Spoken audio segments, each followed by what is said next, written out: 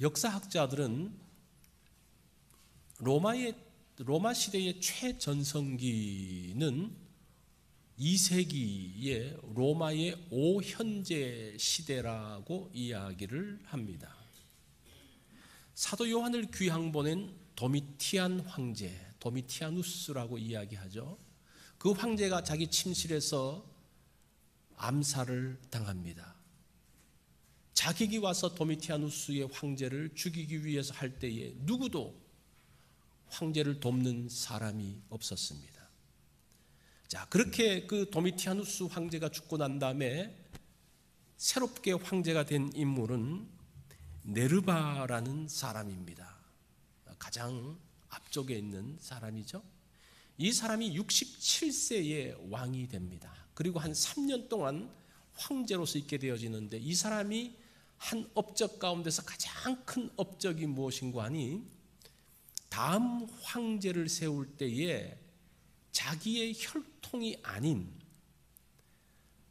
가장 유능하고 능력 있는 사람을 택해서 그 사람을 자기의 양자로 입양을 해서 황제로 세운 것이 가장 잘한 일이었습니다. 그런데 이 네르바는 사실은 아들이 없었습니다. 어쨌든 그러한 황제를 세우는 전통이 이 사람으로부터 시작되어져서 그 다음 5대까지 이어지게 됩니다. 5대 마르쿠스 아우렐리우스까지 그 전통이 계속적으로 이어지면서 그 좋은 전통으로 인해서 로마는 최전성기를 달리게 됩니다. 그것이 한 184년 정도 이어지게 됩니다. 자, 그렇게 5대가 흘러가고 난 다음에 다섯 번째 황제였던 오현제의 마지막 황제였던 마르쿠스 아우렐리우스는 그 전통을 깨고 자기의 아들을 황제로 세우면서 오현제의 시대는 끝나게 됩니다. 그 마르쿠스 아우렐리우스의 아들 코모두스는 이 사람의 배경의 영화가 글래디에이터라는 그 영화죠. 아주 유명한 영화인데 그 영화의 배경이 이 황제 때입니다. 이 코모두스라는 사람은 굉장히 이 낭비벽이 심했습니다. 많은 돈을 썼습니다. 그래서 이 국고의 재정이 없어지니까 부자들의 돈을 뺏어서 그 국고를 충당하고 나중에는 자기가 신이라고 하면서 나는 허큘레스다, 헤라클레스다 그러면서 자기를 섬기게 했던, 그의 폭정을 견디지 못해서 결국은 이 사람은 그 친위대에 의해서 암살을 당하게 됩니다. 자, 보세요. 그 로마의 그 최전성기가 누구로 끝나게 되어집니까? 마르쿠스 아우렐리우스의 죽음으로 인해서 그 시대는 끝나고 그 왕의 죽음 때문에 로마의 방향은 완전히 다른 곳으로 흘러가게 되는 것을 보게 됩니다. 이 왕의 죽음이라는 것은 나라의 운명을 바꿀 수 있다는 거예요. 자, 1절 말씀을 보면 6장 1절에 보면 어떤 내용이 나옵니까? 우시야 왕이 죽던 때에, 그렇게 이야기해요. 이 말은 단순하게 어떤 역사적인 사실을 이야기할 뿐 아니라 지금 유다 나라에 중요하게 무엇인가 변하고 있다는 것을 이사야 선지자가 이야기하고 있는 내용입니다. 이 왕의 죽음으로 인해서 유다는 이 우시야 왕 때의 그 전성기가 지나고 이제는 암울한 시기로, 미래가 없는 시기로 바뀌었다라는 말이 바로 이 단어 가운데 포함되어져 있습니다. 우시야는 뛰어난 왕이었습니다. 이 사람이 16세의 왕이 되어져서 52년 동안 통치를 하게 됩니다. 굉장히 나라가 부강해졌습니다. 그래서 블레셋과 아라비아와 그것을 다 쳐서 무찌르고 암몬으로부터는 조공을 받았습니다. 그리고 이 우시야 왕이 농사 짓는 것을 사랑했던 왕이다, 이렇게 이야기해요. 농사 짓는 것을 좋아했던 왕이다 그럽니다. 그것을 통해서 굉장히 그 당시는 농업이죠. 농업을 장려해서 많은 사람들에게 부요를 가져왔던 왕이 바로 우시야 왕이었습니다. 우시아의 이름의 뜻이 뭔가 하니 여호와는 나의 힘이다라는 그런 말이에요. 그 이름의 뜻처럼 그는 하나님을 잘 섬겼던 그러한 사람이었습니다. 자, 이렇게 성공한 것이 문제였을까요? 50년 이상 왕으로 있었던 것이 문제가 되었을까요? 그는 마지막에 실수를 하게 되어지죠. 제사장 외에는 할 수 없는 일들을 자기가 성전 안에 들어가 가지고 그 분향단에 제사를 향을 드리려고 해요. 그러니까 제사장과 그 80인의 그 사람들이 왕을 막죠. 그러니까 왕이 화를 냅니다. 화를 내면서 막지 못하게 해요. 그러면서 이 왕이 가서 향단을 가지고 드리려고 하는데 그 이마에 문둥병이 촥 피기 시작합니다. 그 모습을 보면서 있는 사람들이 다 깜짝 놀라는 거예요.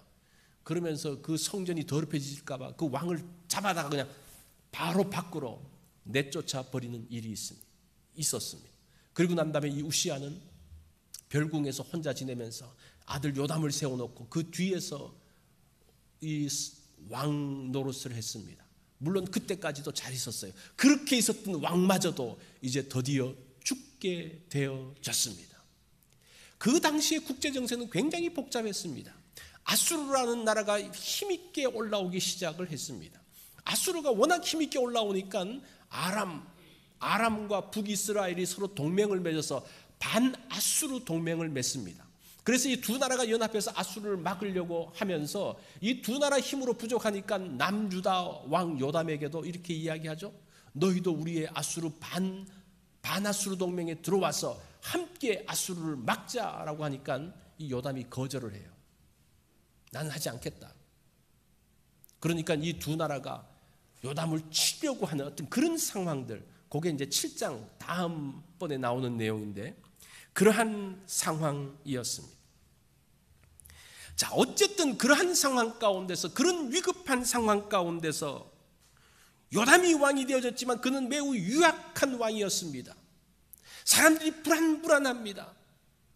그러한 시기, 불안했던 시기, 이제 암울기로 접어들기 시작한 시기, 그때가 우시야 왕이 죽던 해라는 말로 다 요약이 되는 거예요. 자, 그런 상황에서 이사야가 환상을 봅니다. 이사야가 이제 하나님의 영광을 보게 되어지죠. 1절에 보니까 내가 본즉 주께서 높이 들린 보좌에 앉으셨는데 그 옷자락이 성전에 가득하였고 스랍들이 모시고 섰는데 3절로 넘어가서 서로 불러 이르되 거룩하다 거룩하다 거룩하다 만군의 여호와여 그의 영광이 온 땅에 충만하도다 하더라. 자, 이 우시야 때에 우시야가 죽으면서 나라의 위기가 시작되어졌는데 도대체 유다의 위기의 원인이 무엇일까? 이사야는 어떻게 분석합니까? 우시야 왕의 실수, 그 실수가 뭡니까? 자기가 해서는 안 되는 일을 함으로 인해서 그가 문둥병에 걸리는 그 일 때문에 나라가 어려워졌다고 생각을 합니다. 그러면서 그 왕마저도 죽으면서 나라는 어려워졌다고 이야기합니다. 그 다음에 왕은 그 아버지보다는 형편없는 왕이었습니다. 유약하고 사람들이 이야기를 해도 듣지 않고 소통되지 않고 자기 뜻대로 하려는 그 왕이 있음으로 인해서 모두가 불안해하는 그런 상황. 그것 때문에 지금 유다가 위기 가운데 왔다라고 이사야는 생각하고 있었습니다. 그런데 그런 상황, 그렇게 생각하는 가운데서 그가 하나님의 영광을 딱 보면서 자기가 생각했던 것이 잘못됐다는 것을 알게 됩니다. 유다의 위기의 원인이 무엇인지 그가 비로소 알게 됩니다. 그게 5절에 나와요. 5절에 보면 그때에 내가 말하되 이사야가 말하되 화로다 나여 망하게 되었도다. 나는 입술이 부정한 사람이요 나는 입술이 부정한 백성 중에 거주하면서 만군의 여호와이신 왕을 배웠습니다 라고 이야기를 합니다. 자, 하나님의 영광을 보면서 무슨 이야기를 합니까? 그전에는 유다의 위기가 우시야 왕의 잘못 때문이고 요담 왕의 잘못 때문이라고 생각을 했는데 하나님의 영광을 보면서 그가 무엇을 느낍니까? 자기가 부정하다는 것을 느끼기 시작하는 거예요. 내가 문제라는 것을 알기 시작합니다. 내가 하나님 앞에서 순종하지 않음으로 인한 그 부정 때문에 지금 이 문제가 시작되었다는 것을 깨닫기 시작하는 거예요. 물론 우시아가 잘못했죠. 요담도 잘못하고 있죠. 그런데 그 사람들만 잘못이 아니라 자기 역시도, 이사야 선지자 역시도, 그 모든 백성들 역시도 다 부정한 가운데서, 입술이 부정한 가운데서 있는 것을 발견하게 됩니다. 그러면서 내가 부정한 사람입니다라는 것을 드디어 고백하기 시작합니다. 이 장로교회 시조인 칼빈 선생님은 이렇게 이야기합니다. 인간에게는 두 가지 지식이 필요하다. 하나는 하나님에 대한 지식이요, 다른 하나는 자기 자신을 아는 지식이다. 그렇게 하나님을 만나면서 하나님을 알 뿐 아니라 누구를 아는 거예요? 자기 자신을 비로소 바르게 보기 시작합니다.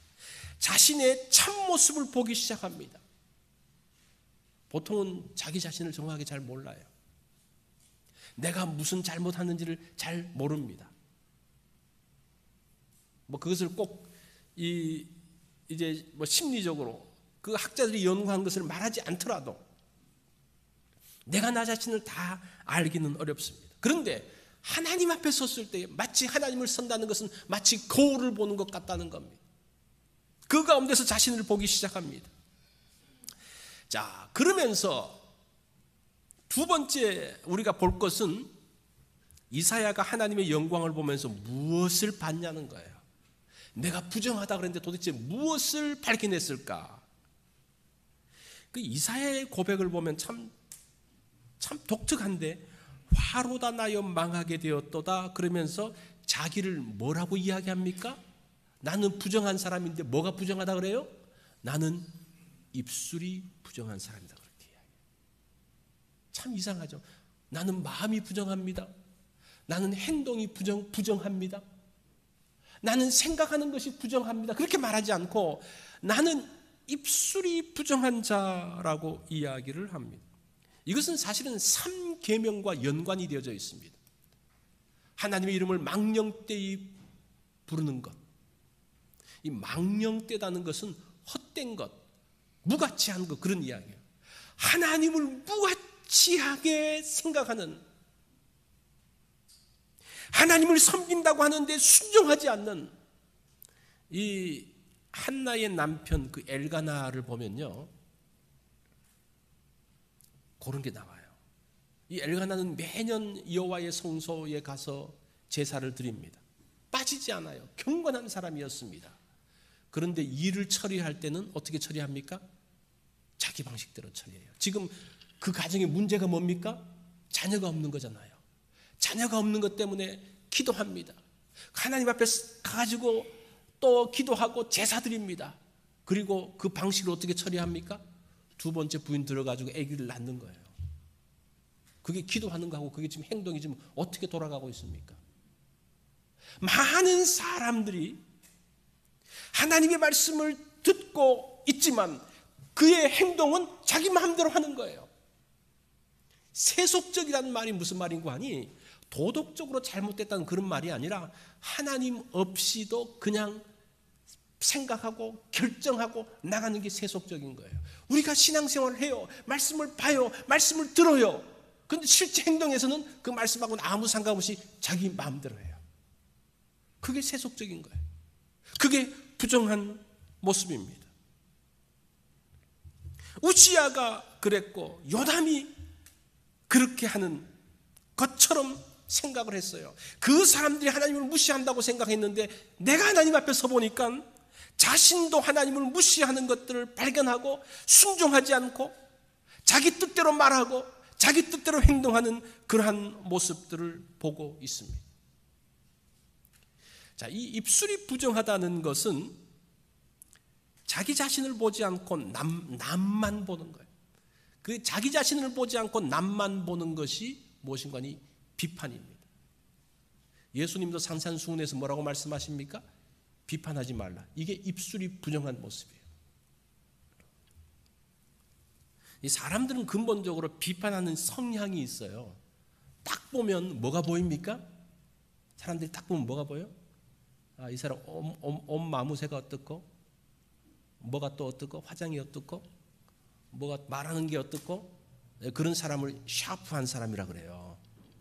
근데 사람은 원래 그런 성향이 있어요. 그것을 잘 보는 사람일수록 굉장히 샤프하고 스마트한 사람이에요.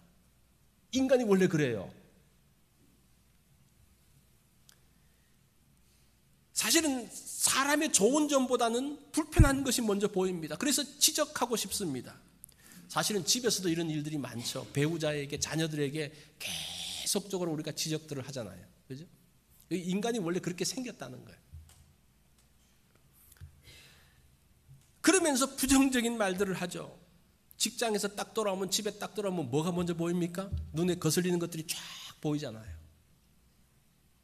그거 할 말이 많지만 참고 있는 거예요. 직장에 나가서도 그렇고 교회 와서도 그렇습니다. 이 교회 와서도 여러분 딱 보면 뭐가 보입니까? 예배 드릴 때 뭐가 보여요? 아, 성가대 오늘은 앞에 서서 보니까 뭐가 좀 어떻네? 뭐가 탁탁 들어오잖아요. 그죠? 또 귀가 밝은 사람은 반주자가 또 틀렸네? 뭐 이런 말들이 또 탁 나오죠. 아, 설교는 왜 이렇게 길고 어떻고? 뭔가 우리가 탁탁 뭐가 입력이 되는 거예요. 우리 인간이 원래 그렇게 생겼다는 거예요. 그런데도 그걸 잘 이렇게 말해주지 않으면 나는 굉장히 괜찮고 좋은 사람처럼 생각하는 거예요. 그게 말씀 앞에 서니까, 하나님 앞에 서니까요, 그게 쫙 드러나는 거예요.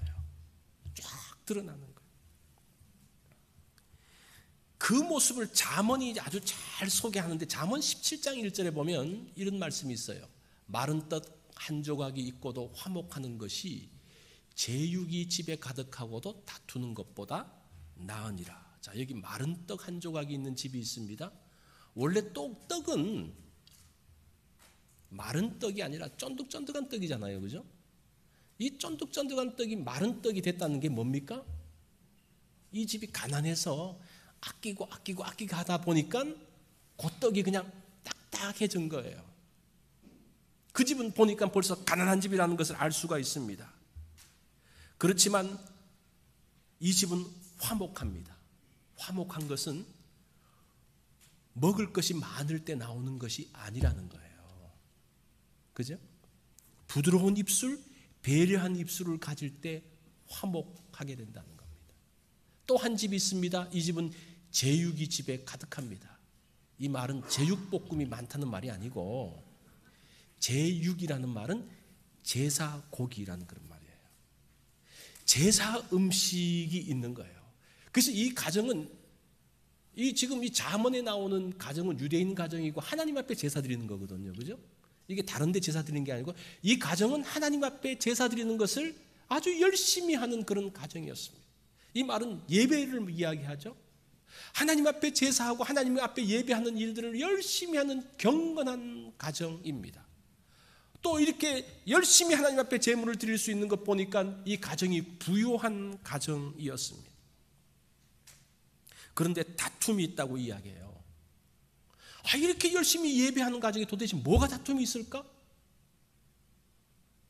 이 사람들이 샤프해서 그런 거예요. 예배 드릴 때, 우리 애들하고 예배 드릴 때, 가정 예배 드릴 때 예배 끝나고 난 다음에 한마디 하잖아요. 그죠? 예배 바르게 드려. 딱 한마디.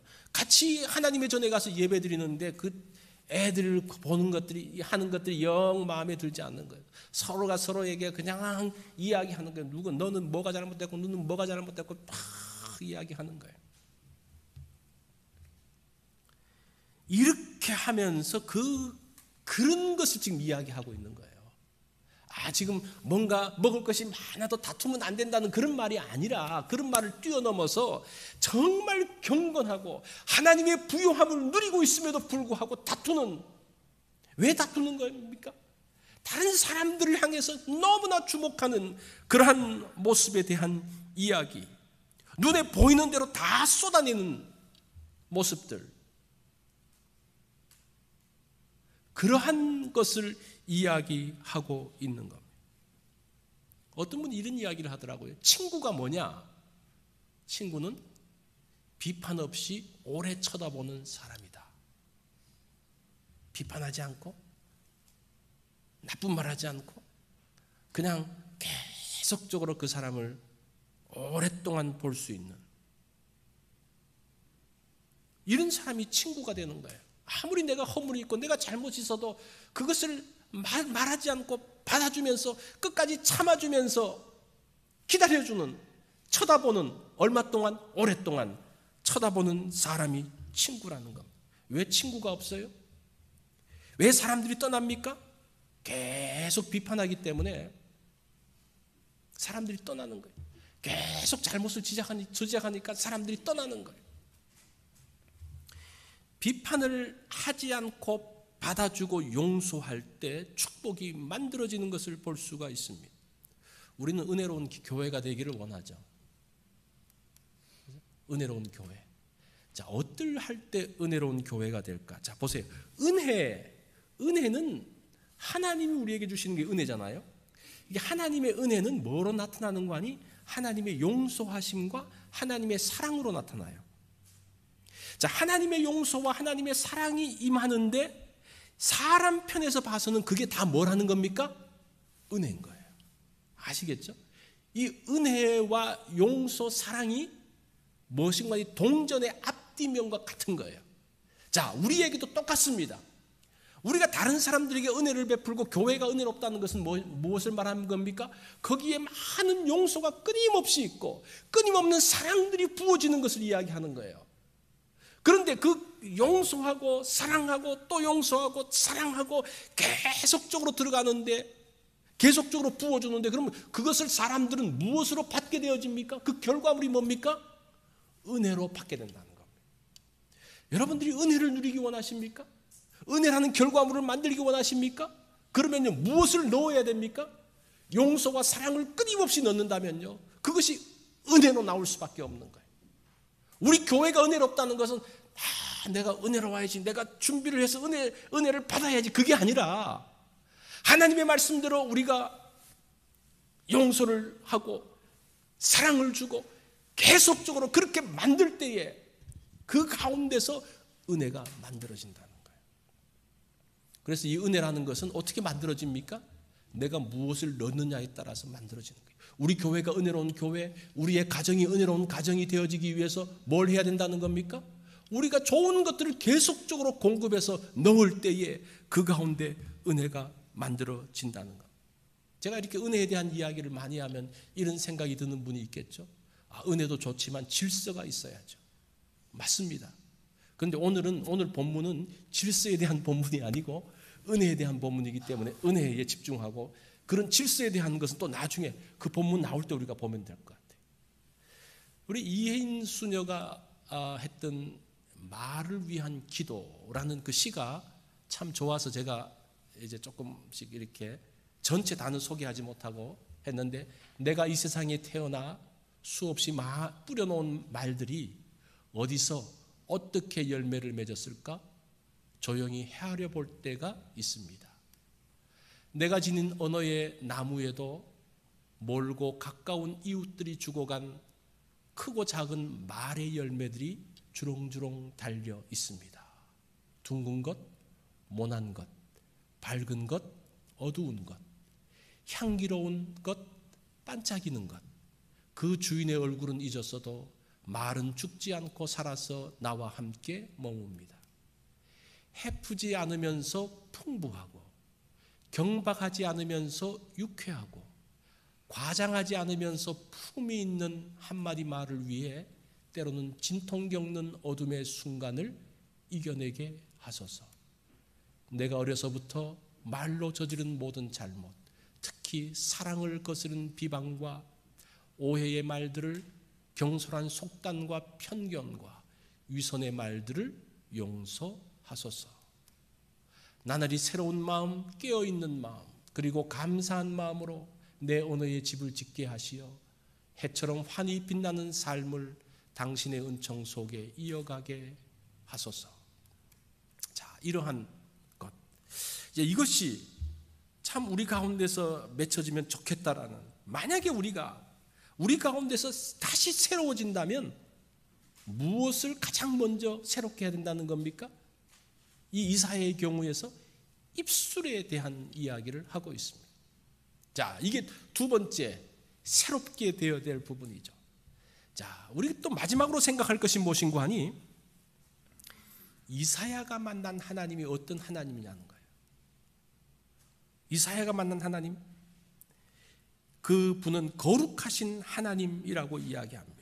자, 2절과 3절에 보면 이렇게 이야기해요. 스랍들이 모시고 섰는데 각기 6날개가 있어 그 둘로는 자기의 얼굴을 가리었고 그 둘로는 자기의 발을 가리었고 그 둘로는 날며 서로 불러 이르되 거룩하다 거룩하다 거룩하다 만군의 여호와여 그의 영광이 온 땅에 충만하도다라고 이야기를 합니다. 자, 여기서 스랍이라는 단어, 스랍 천사가 성경에서 여기만 유일하게 나옵니다. 이 스랍. 자, 이 스랍 천사가 나는데 어떡합니까? 두 날개로는 얼굴을 가렸다고 이야기합니다. 하나님의 광채에 눈이 멀지 않기 위함입니다. 두 날개로는 발을 가립니다.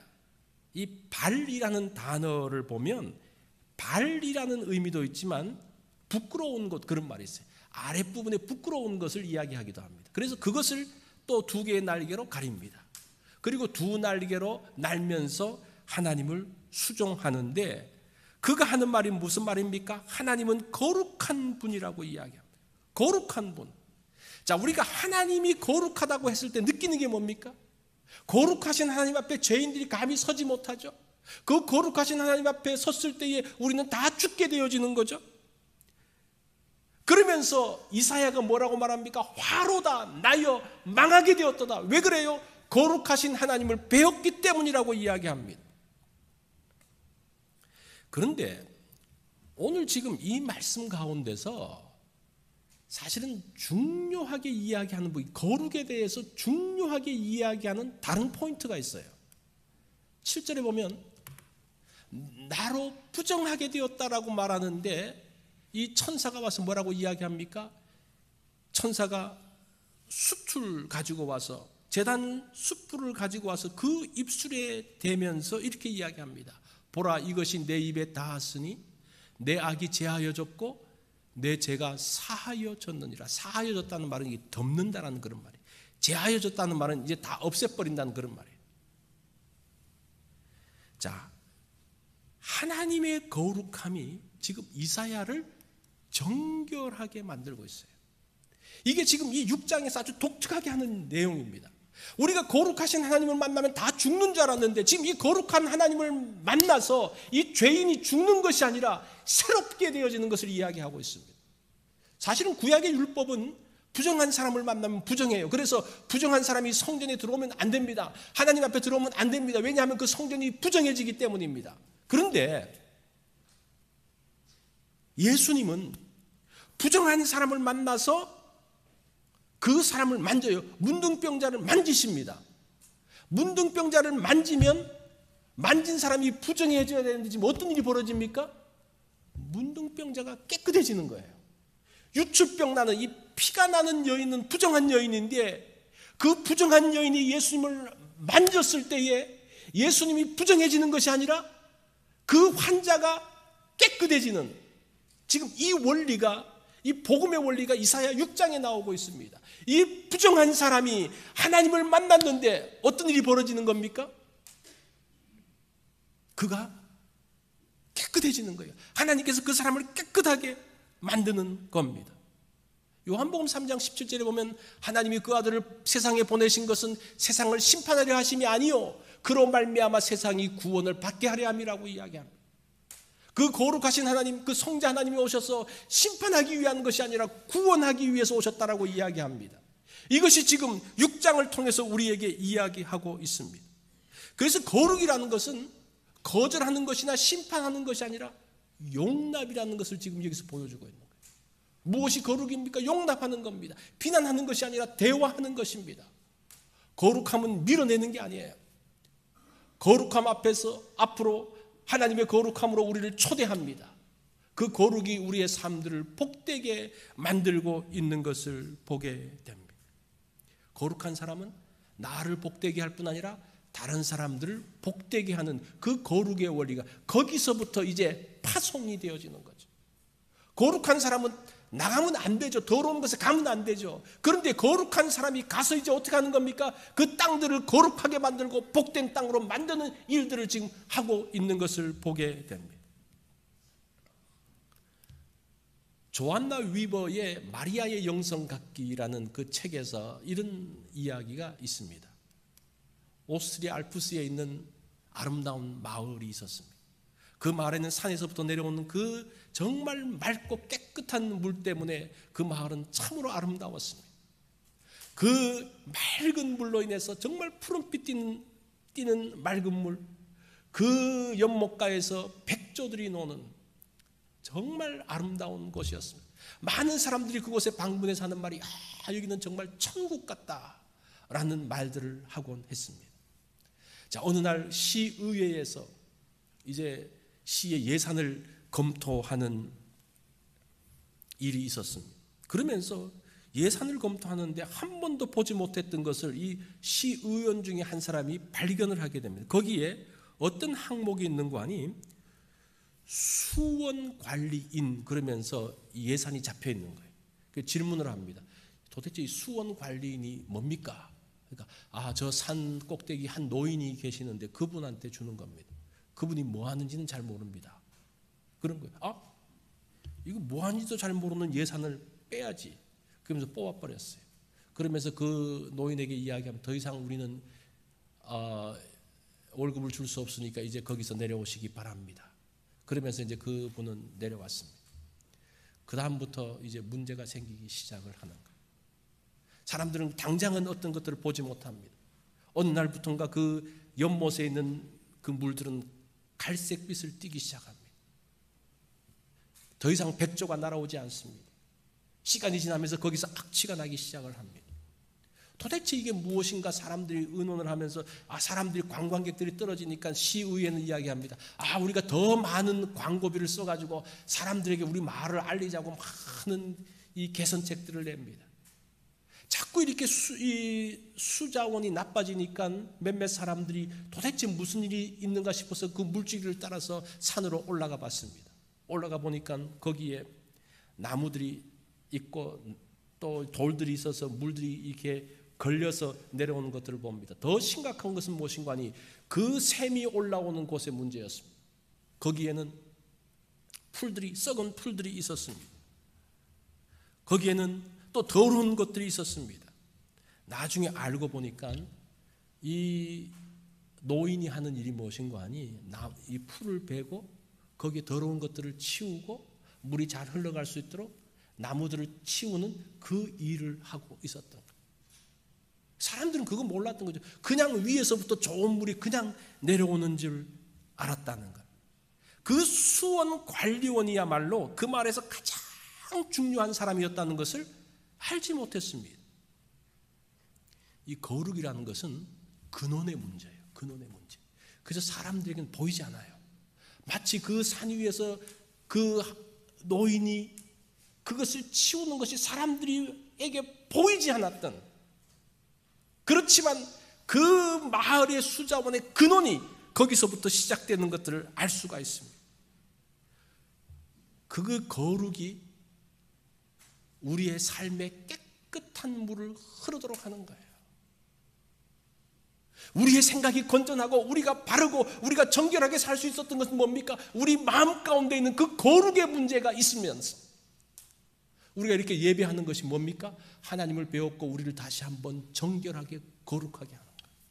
우리가 말씀을 보면서 뭘 하는 겁니까? 마음의 근원의 문제들을, 마음의 근원에 있는 그 찢기들을 드러내고 정결하게 하는 겁니다. 이런 것들이 계속 공급되지 않으면요, 우리의 삶 가운데, 우리가 있는 것 가운데서 언제 어떻게 더럽혀지고 언제 어떻게 잘못될지 모른다는 겁니다. 리셋이라는 말이 있습니다. 우리가 이 말을 많이 들었죠. 이게 무엇인가 하니, 여러분들이 스마트폰을 쓰다가 이게 잘 안 되면요, 어떻게 하면 되는 거 아니? 끄면 돼요. 완전히 껐다가 다시 켜면 잘 될 수 있어요. 그것을 리셋이라고 이야기합니다. 그런데 그래도 안 되면 어떻게 하느냐? 거기 있는 내용을 다 지웠다가 다시 깔면 될 수가 있어요. 그게 리셋이에요. 이 기기도 리셋을 하면서 새롭게 해줘야 됩니다. 자, 오늘날도 이런 리셋해야 되는 일들이 많습니다. 오늘날 자본주의가 심각하다고 이야기를 합니다. 지금 이 일어나는 캠페인 중에 하나가 지금 계속적으로 지금 금융계에서 문제가 생기잖아요. 그러면서 어떤 이야기를 하는 거 아니? 자본주의를 리셋해야 된다. 그런 이야기를, 캐피탈리즘을, 자본주의를 다시 리셋하는, 다시 갈아엎고 다시 하지 않으면 폭동이 일어나가지고 이 자본주의가 붕괴될 것이라고 말하는 사람들이, 그런 사람들이 많이 생기면서 지금 이런 운동을 하고 있어요. 공산주의가 공중분해되었듯이 자본주의도 리셋하지 않으면 붕괴된다라고 이야기합니다. 뿐만 아니라 지금 종교계에서도 그런 것들을 합니다. 다시 리셋, 다시 처음으로 돌아가자. 지금 그런 시간이다. 우리가 우리의 마음이, 우리의 육체가, 우리의 영적인 부분들에서 다시 리셋하는, 처음으로 돌아가는 일들을 하자라고 이야기해요. 그게 지금 사실은 이사야 6장의 내용이에요.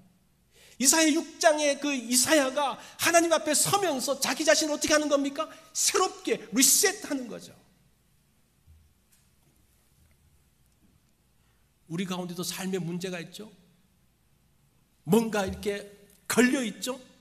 리셋해야 되는 거예요. 우리 마음 가운데 얼마나 많은 찌꺼기들이 있습니까? 분노의 찌꺼기들, 상처의 찌꺼기들, 억울함의 찌꺼기들, 그 많은 찌꺼기들을 다 그것 때문에 문제가 자꾸 생기는 거예요. 그것 때문에 우리의 마음이 계속적으로 상하는 거예요. 우리가 무엇인가를 하려고 하지만 우리 마음 가운데 그 찌꺼기 때문에 어떤 일들이 진행되지 않는 거예요. 뭔가 얽히고 얽혀서 이게 작동을 하지 않는 거예요. 어떻게 된다는 겁니까? 이제 다 꺼야 된다는 거예요. 꺼내고 거기에 있는 찌꺼기들을 다 끄집어내는, 그게 리셋하는 거예요. 근데 이게 말처럼 쉽게 되는 게 아닙니다. 언제 가능해요? 이사야가 하나님의 전에서 하나님을 배울 때처럼 그렇게 된다는 것. 그때에 나의 부정함이 보이고 제단 숯불로서 정결하게 되어지고, 그렇게 되면서 정결한 가운데서 우리 마음 가운데서 생수가 흘러나는 맑은 샘들이 흘러나올 때 비로소 리셋이 된다라고 이야기를 합니다. 사실은 이 도전은 굉장히 강력한 도전이죠. 그런데 이거 하지 않으면요, 우리가 똑같이 살 거예요. 여러분 또 교회 나가면 또 옛날같이 똑같이 살 거예요. 똑같은 문제에 걸릴 거예요. 오늘 여러분들이 이곳을 떠나기 전에 우리의 마음을 리셋해야 됩니다. 새롭게 해야 됩니다. 우리 마음 가운데 있는 찌꺼기들을 다 건져내야 됩니다.